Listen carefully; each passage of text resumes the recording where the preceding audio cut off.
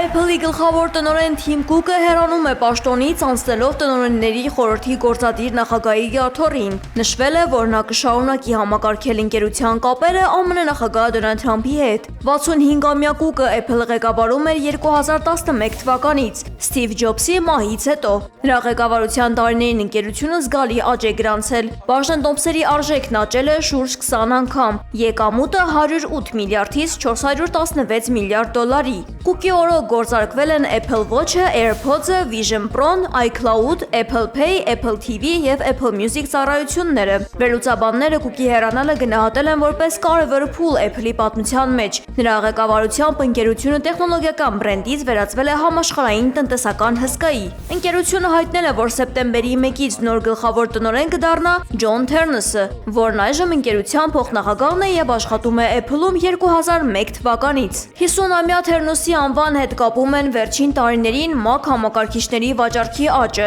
Նա ղեկավարել է նաև ընկերության սարքավորումների ճարտարագիտությունը, ներառյալ iPhone, Mac, Apple Watch և Vision Pro նախագծերը։